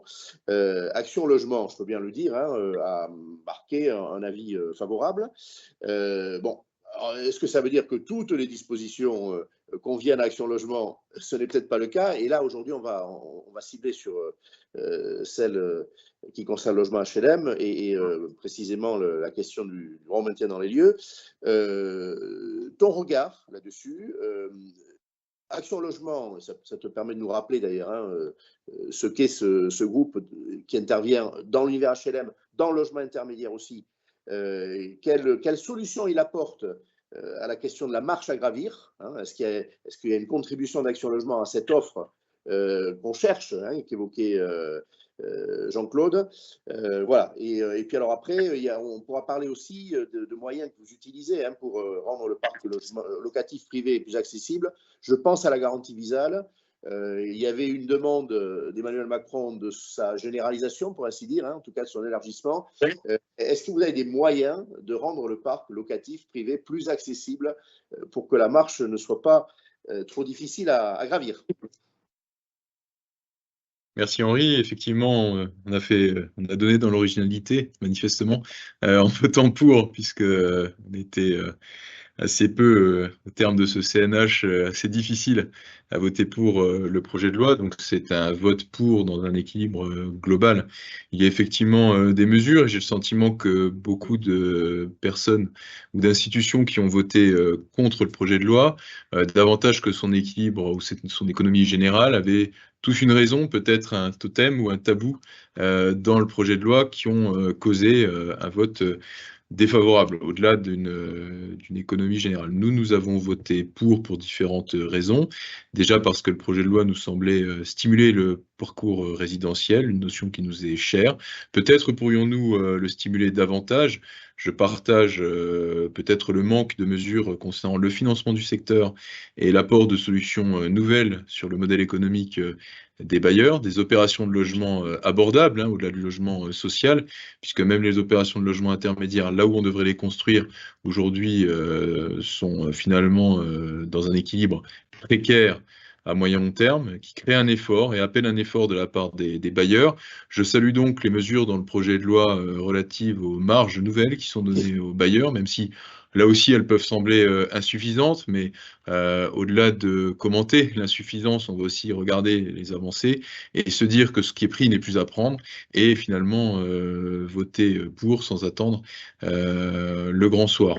Au-delà, on a repéré certaines mesures de simplification qui permettent aux bailleurs et globalement aux acteurs de la construction d'avancer plus facilement. Concernant la loi SRU, je voudrais apporter une toute petite nuance par rapport à ce qui a été dit, sans non plus se gargariser de la mesure. C'est une mesure néanmoins qui appelle les communes à atteindre malgré tout le taux final de la loi SRU. Elle a été modifiée plusieurs fois, le ministre l'a rappelé, et cette mesure finalement qui est proposée dans le projet de loi est une mesure intermédiaire, et je ne fais pas de mauvais jeu de mots avec cette mesure, puisque malgré tout le taux final devra quand même être atteint. Donc le LLI permet un rattrapage un peu plus modéré pour les communes, mais les taux qui sont applicables aux communes devront, in fine, avec un peu plus de délai effectivement, être atteints par chacun des élus qui sont chargés de les conduire. Donc voilà les quelques remarques générales sur le projet de loi et pour rentrer plus particulièrement sur le sujet qui nous retient aujourd'hui, les mesures portant sur les compléments et les suppléments de loyer. Effectivement, nous, c'est une mesure qui nous semble positive, alors dont il ne faut pas attendre des effets grandioses. C'est pas des mesures qui vont porter sur des millions de ménages. Nous, aux bornes d'Action Logement, on compte à peu près 30 000 aujourd'hui ménages soumis au SLS, sur un parc concerné d'environ 700 000 logements concernés par la mesure SLS, et on escompte environ 10% des ménages qui seraient demain concernés par le SLS dans notre parc. Donc malgré tout, quand même, plus 50 000 ménages concernés, ce qui est un peu plus important que ce qu'indiquait tout à l'heure Michel Bancal, aux bornes de l'OPH de Versailles. Donc c'est une mesure qui concernera davantage de public.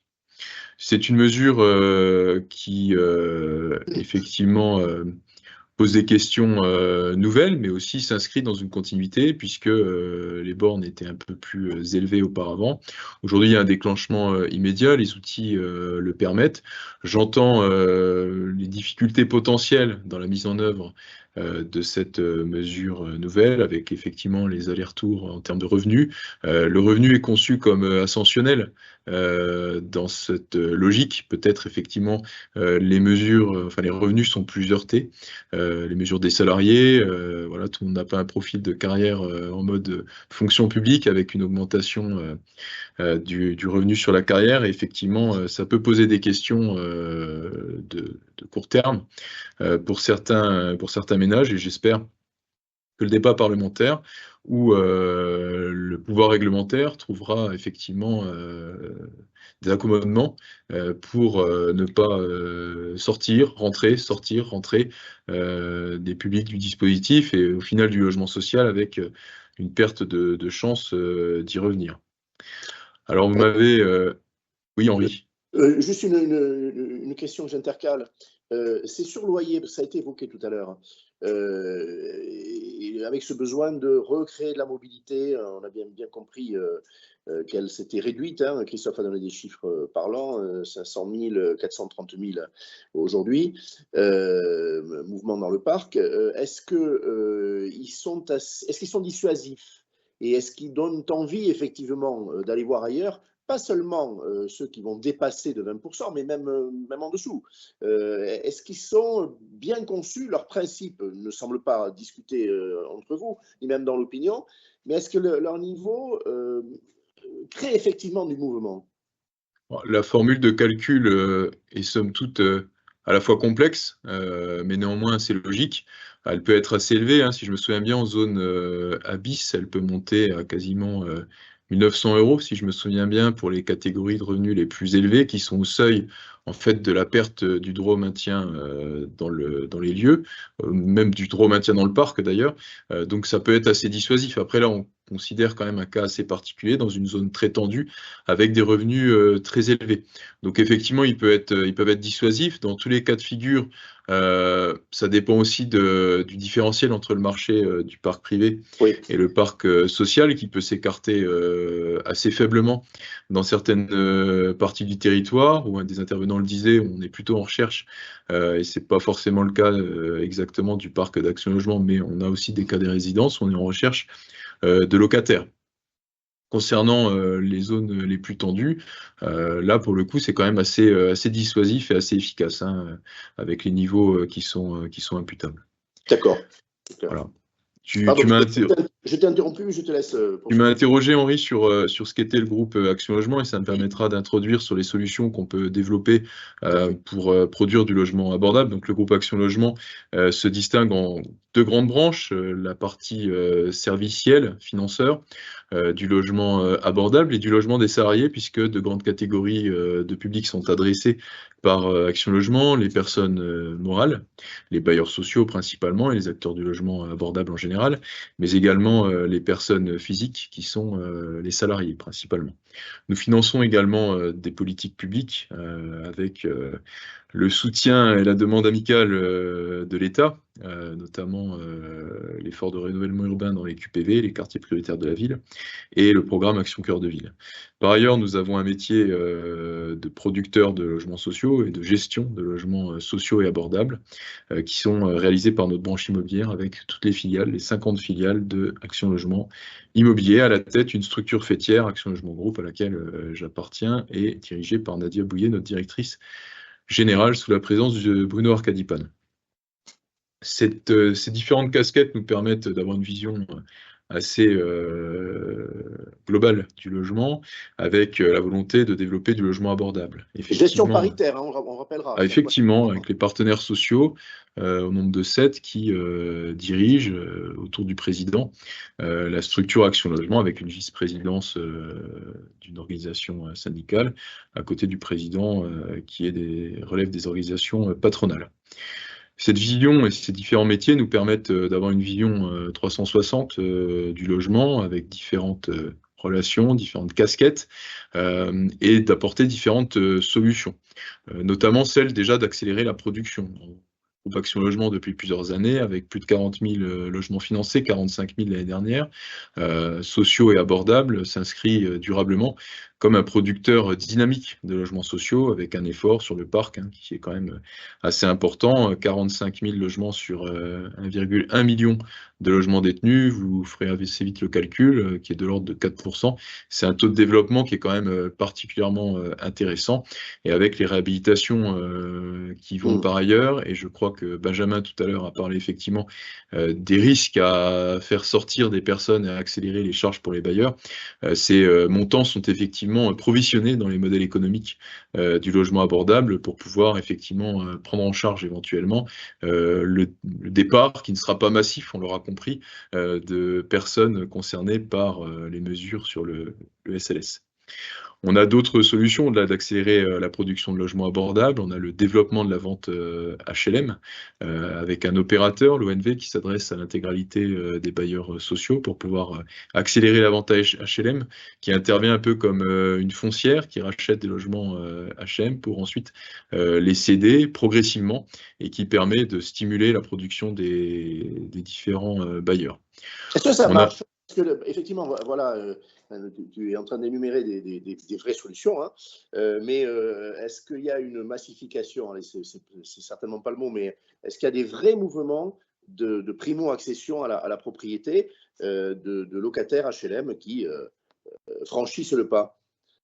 Alors, il y en a eu beaucoup, il y en a un peu moins évidemment avec les conditions économiques actuelles et les conditions de financement, aussi bien pour les bailleurs dans l'effort de production que pour les accédants dans leur effort d'accession à la propriété, et c'est effectivement une difficulté majeure.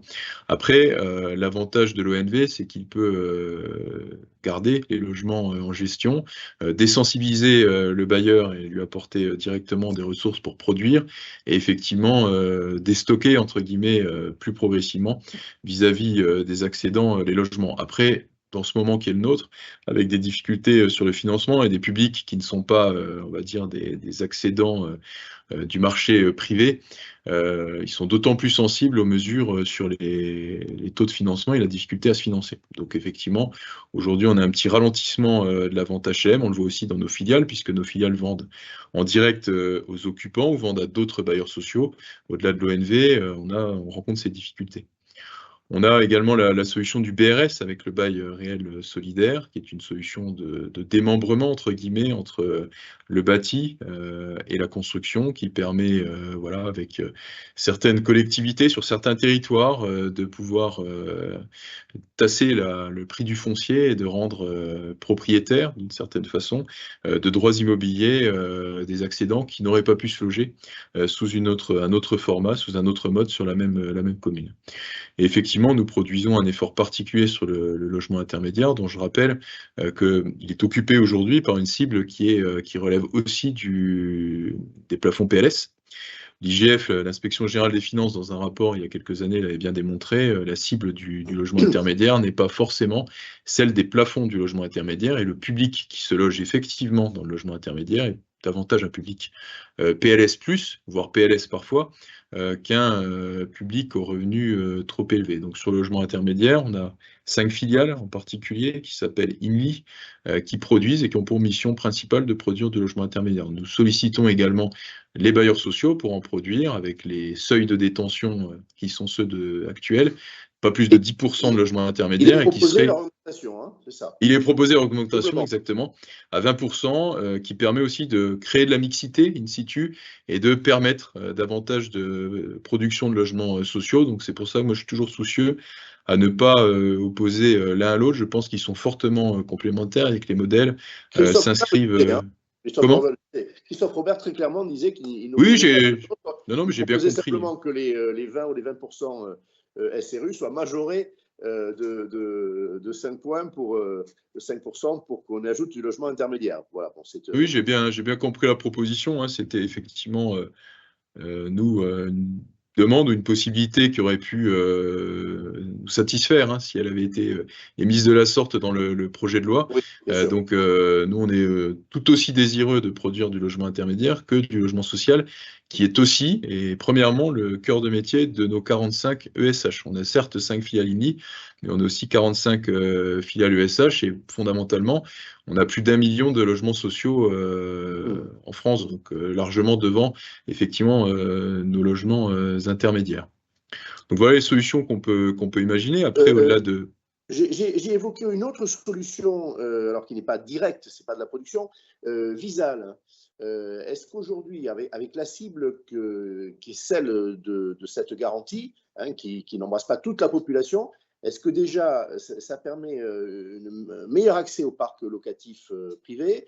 Est-ce qu'on pourrait l'améliorer? Je rappelais tout à l'heure que le président de la République avait émis le souhait que Visal soit encore plus largement distribué, avec des cibles plus larges. Voilà, un mot sur cette garantie, parce que ça intéresse vraiment le parc locatif privé et sa capacité à accueillir d'autres populations. J'allais y venir, Henri. On a effectivement d'autres leviers, principalement la garantie Visal, et je développerai aussi quelques autres mécanismes. Le principal, effectivement, Visal, et je note que le président est toujours généreux avec l'argent qui n'est pas celui de l'État. Donc, on a un coût, effectivement, à déployer Visal sur d'autres publics que les salariés. On l'a déjà fait, on le fait déjà, puisque les jeunes de moins de 30 ans sont éligibles à Visal. Visal qui est une garantie qui permet de solvabiliser des postulants à la location et qui vient finalement permettre la garantie d'Action Logement pour le compte de ces locataires qui seraient en proie à des difficultés, sinon à défaut d'avoir un soutien familial ou des revenus suffisants pour pouvoir accéder à la location. Donc Visal, on en a déjà déployé plus d'1 million sur la précédente convention quinquennale, qui est l'échéance de raisonnement sur 5 ans donc pour Action Logement. On vise 2 millions pour la quinquennale, la convention quinquennale 2023-2027. On en a fait à peu près 300 000 l'année dernière. On compte l'étendre à de nouveaux publics salariés dans les prochains mois. Après, si jamais l'État comptait une extension sur d'autres publics, notamment, j'imagine, les fonctionnaires de plus de 30 ans, puisque les fonctionnaires de moins de 30 ans sont aujourd'hui concernés en tant que jeunes de moins de 30 ans, il faudra qu'on en discute d'un point de vue financier, puisque tout cela a un coût et que derrière aussi, l'État se fera fort de nous rappeler que nous devons respecter les équilibres financiers de la convention quinquennale. Donc effectivement, ce sera dans le cadre nécessairement d'une négociation et d'une indemnisation, en quelque sorte, par l'État. Il ne peut pas en être autrement. On a d'autres dispositifs adressés aux personnes physiques qui permettent finalement de stimuler le parc privé et d'aider le parc privé à répondre aux besoins des personnes qui veulent se rendre locataires ou même se rendre propriétaires. On a le pré-accession, notamment, qui est déployé à l'égard des salariés dans un limite de 30 000 € en termes de quotité pour un taux de 1%.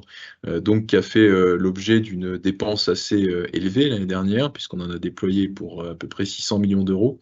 Les équilibres de la convention quinquennale nous feront forcément atterrir cette année à 300 millions d'euros, donc à distribuer en vérité beaucoup moins de prêts que le besoin, qui est assez régulé. On a, au-delà des mesures souhaitées par les partenaires sociaux l'an dernier, de baisse du taux à 1%, on a dû aussi réguler un peu et donc permettre au public qui était vraiment au seuil de l'accession et donc qui avait besoin du pré-accession par rapport à d'autres publics qui en auraient eu moins besoin, de conditionner le pré-accession à une analyse de la situation financière du ménage.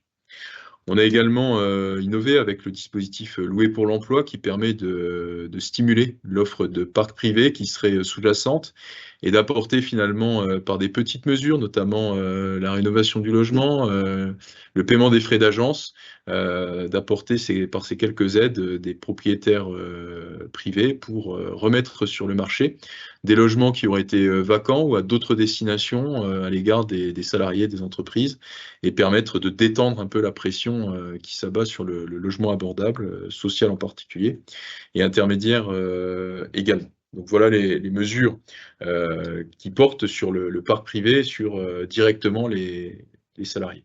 Très clair. En tout cas, bon, on voit bien que de diverses manières, Action Logement contribue à proposer le segment intermédiaire, c'était le mot qu'utilisait Christophe, ou la marche, qui peut permettre aussi à des locataires HLM, en dehors même du débat des surloyers, de faire le choix d'aller vers le parc privé.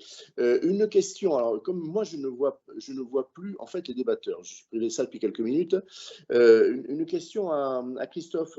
On parle de production HLM, hein, il y a beaucoup de questions sur le sujet, mais vous avez été très clair là-dessus, les besoins qui s'imposent. Zone rurale, on me parle de l'offre de logements HLM et de son caractère insuffisant en zone rurale. Alors la Fondation régulièrement fait des focus sur les populations fragiles de diverses natures. Est-ce que la question des zones rurales mérite une attention particulière, hein, Christophe? Ou peut-être Jean-Claude aussi. Hein. Ouais, je serais Jean-Claude. Là, je vais plutôt moins parler d'analyse statistique que de ce que nous rencontrons. Très sincèrement, les plus grosses difficultés de logement que nous rencontrons en milieu rural, ce sont des propriétaires occupants qui n'ont pas pu entretenir leur logement dans la durée et qui vivent dans des passoires thermiques terribles. Il peut y avoir des besoins. D'ailleurs, nous on contribue au financement, vous savez, par le don, en fait, on finance des actions associatives, notamment de transformation de logements privés, comme vient d'évoquer M. Henry d'ailleurs, hein, qui est parfois une qualité vraiment médiocre, qu'on va conventionner en logements sociaux, dans des zones, dans des centres-villes, 3 logements par-ci, 3 logements par-là, en PLAI, avec la maîtrise d'ouvrage d'insertion, c'est-à-dire que ce sont des associations qui réalisent ces opérations, mais on n'est pas sur des quantités énormes. Il y avait plutôt des logements sociaux vides jusqu'à il y a quelques années encore. Il semblerait quand même que la demande, nous dit l'USH, hein, l'Union sociale pour l'habitat, qui fédère les différentes familles HLM, voit remonter dans des zones qui étaient peu en demande de logement social, des demandes de logements sociaux. Il y a des endroits, par exemple, où on disait on va les démolir, les logements. Il n'y a pas de demande, il n'y a pas de difficultés particulières, de tension. Il y a 10 ans, par exemple, certaines ont d'ailleurs été démolies. Et là, il semblerait quand même qu'il y ait une augmentation. Mais nous, on a plutôt vu des propriétaires occupants en très, très grande difficulté, souvent très âgés, dans des logements vraiment indignes. Christophe, une question qui est suggérée aussi. Je crois que c'est 70% de la population qui est éligible à un logement HLM en termes de revenus et 71% en région parisienne. Est-ce que ce seuil qui est très élevé ne crée pas des faux espoirs? En pratique, il y a quelque chose comme 25% de la population qui est logée en HLM. Pourquoi ce seuil-là? Est-ce qu'il faudrait le baisser? Peut-être l'inverse. Ton regard sur l'éligibilité au logement HLM aujourd'hui, ça revient à définir les classes moyennes aussi, hein. Alors, c'est une question compliquée, hein. Alors, d'abord, quand on dit 60, 66, 70, 71%, c'est au regard de la structure des ressources des ménages en France. C'est ça. Mais parmi eux, il y a tous ceux qui sont propriétaires qui ne sont pas concernés. Parmi eux, il y a tous ceux qui sont bien logés dans le parc privé, qui sont très contents de leur situation et qui ne sont pas du tout concernés. Vous voyez ce que je veux dire? Donc, la réalité de la demande, c'est la demande effective de logements sociaux. C'est-à-dire 600 000 actuels. Hein. Dont une bonne partie qui sont en demande de rotation au sein du parc de logements sociaux. En gros, aujourd'hui, il y a 2,6 millions de demandeurs de logements sociaux, mais pour ceux pour lesquels qui ne sont pas déjà dans le parc et qui demandent une mutation pour 1000 et 1000 raisons, c'est plutôt 1,8 million de ménages, pas de personnes, demandeurs de logements sociaux. Donc oui, non, je crois que c'est pas le sujet. Et c'est d'ailleurs aussi pour ça qu'il y a des différentes offres, hein, on l'a dit, PLAI, plus, PLS. Moi, je crois que le sujet, c'est celui de la soirée que vous avez fixé. C'est plus l'accession à la propriété est rendue difficile, plus l'écart entre les ressources des ménages dans les territoires et les niveaux des loyers du parc privé sont élevés, plus les APL sont moins performantes, je fais hein, donc les outils qui avaient permis à certains moments, notamment d'amortir, plus c'est difficile. Et où plus les ressources des ménages sont faibles. Et donc, plus il y a ces situations difficiles, plus les gens se déportent dans le logement social et moins ils en sortent. Ce que disait Jean-Claude tout à l'heure. Rendons-nous compte, on parle de quelques milliers de logements là, mais quand on dit qu'on est passé de 500 000, en fait, j'ai regardé, c'est 420 000 attributions en ce moment, on perd 80 000 logements par an. Vous vous rendez compte? Ça fait 200 000 personnes. C'est considérable. Si on recrée de la fluidité, je ne pense pas avec les axes qui viennent d'être discutés dans le projet de loi, mais en produisant davantage de logements sociaux et de logements intermédiaires sans doute, parce que ça correspond à des besoins, on l'a largement dit. C'est ça, en fait, qui va permettre de réduire cette demande de logements sociaux. Mais plus on va vers les tensions sur les différents secteurs du logement, plus il y aura de monde qui va s'inscrire sur la liste des demandeurs de logements sociaux. Un petit mot sur l'appel accession. Alors, elle a été supprimée il y a déjà plusieurs années, au point qu'on l'a peut-être oublié. Ça faisait partie pour toi de ce qui permettait des sorties par le haut, si je puis dire, du parc HLM? Oui, évidemment. Évidemment, quand on a vu les mesures d'économie qui ont été prises en 2018 sur les APL, qui impactent les bailleurs sociaux d'un côté, qui impactent les ménages de l'autre, hein, parce qu'il y a eu moins d'actualisation que la réalité d'évolution des loyers et des charges, supprimer l'APL accession, c'était pour nous une erreur. Ça produisait pas énormément, mais ça adressait un message. Juste pour que vous compreniez même, ça avait un autre effet. Nous, les propriétaires occupants en difficulté à qui on apportait des aides pour qu'ils rénovent leur logement, une partie de leur contribution, parce qu'il faut bien qu'ils contribuent les ménages, eh bien se faisait par le biais de l'APL qui permettait de rembourser la partie que les financements publics n'apportaient pas ou les aides comme nous, la Fondation Abbé Pierre, n'apportaient pas. Je pense que si c'est une erreur, c'est dommage. Je pense qu'il aurait fallu la renforcer. Certains ont cru, j'en ai discuté avec l'exécutif, que c'était un effet d'aubaine, on m'a dit à l'époque. Je dis bah non, c'était pas un effet d'aubaine. Et une économie de 400 millions, je me trompe? En tout cas, bon, c'est tellement vieux. Voilà, au rapport à apporter au budget une économie qui n'était pas considérable. Alors, écoutez, on a même dépassé le temps qu'on a choisi pour ce débat, et pourquoi pas, on est libre de le faire, et je crois vraiment que vous avez tous les quatre, je vous en remercie quant à moi, et j'ai beaucoup de messages des participants qui s'associent à ces remerciements. Vous avez été d'abord très très clair, très didactique, vous avez dépassionné aussi le débat, hein, je vous en remercie. On ne sort pas de ce débat avec l'idée qu'il faut forcément être contre ces dispositions, mais vous avez surtout parlé de l'essentiel. Vous avez répondu à la question et de diverses manières sur l'accessibilité des logements privés à ceux qui aujourd'hui ont besoin de l'aide publique ou qui peut-être demain en auront moins besoin. Donc je vous remercie infiniment que ce soit Michel Bancal qui était avec nous, qui représente notamment la CFTC, voilà, Christophe, Robert qui vient de s'exprimer, Jean-Claude Drian et Nicolas Henry pour Action Logement. Et je laisse à Benjamin le mot de la fin et le soin aussi de dire quel est notre prochain rendez-vous mensuel. Merci encore. Merci beaucoup, messieurs. On avait parlé de loi de simplification. C'est bien ce qu'on m'avait dit. On a pu observer ce soir avec ce débat ouvert, comme l'a dit Henri, et on vous en remercie encore, que c'est loin d'être simple. Et surtout, on évoque, j'ai un sentiment, plus de communication que de réelles solutions en vous ayant écouté tous ce soir. Donc voilà, encore un grand merci. La prochaine conférence des managers aura lieu le 11 juin et on vous annoncera très très vite le thème. Merci encore. Bonne soirée pour la parité, parce qu'on n'a pas été très bon. Alors, cette fois. Je sais qu'en disant messieurs, ça allait poser un problème, Henri. Je dis très sérieusement qu'on n'a pas été bon là-dessus. Non, mais on va essayer de corriger ça, mais on avait sans doute les meilleurs intervenants qui soient. Encore merci. Merci beaucoup, bonne soirée à tous. Merci beaucoup. Bye bye, et l'apéritif chacun chez soi.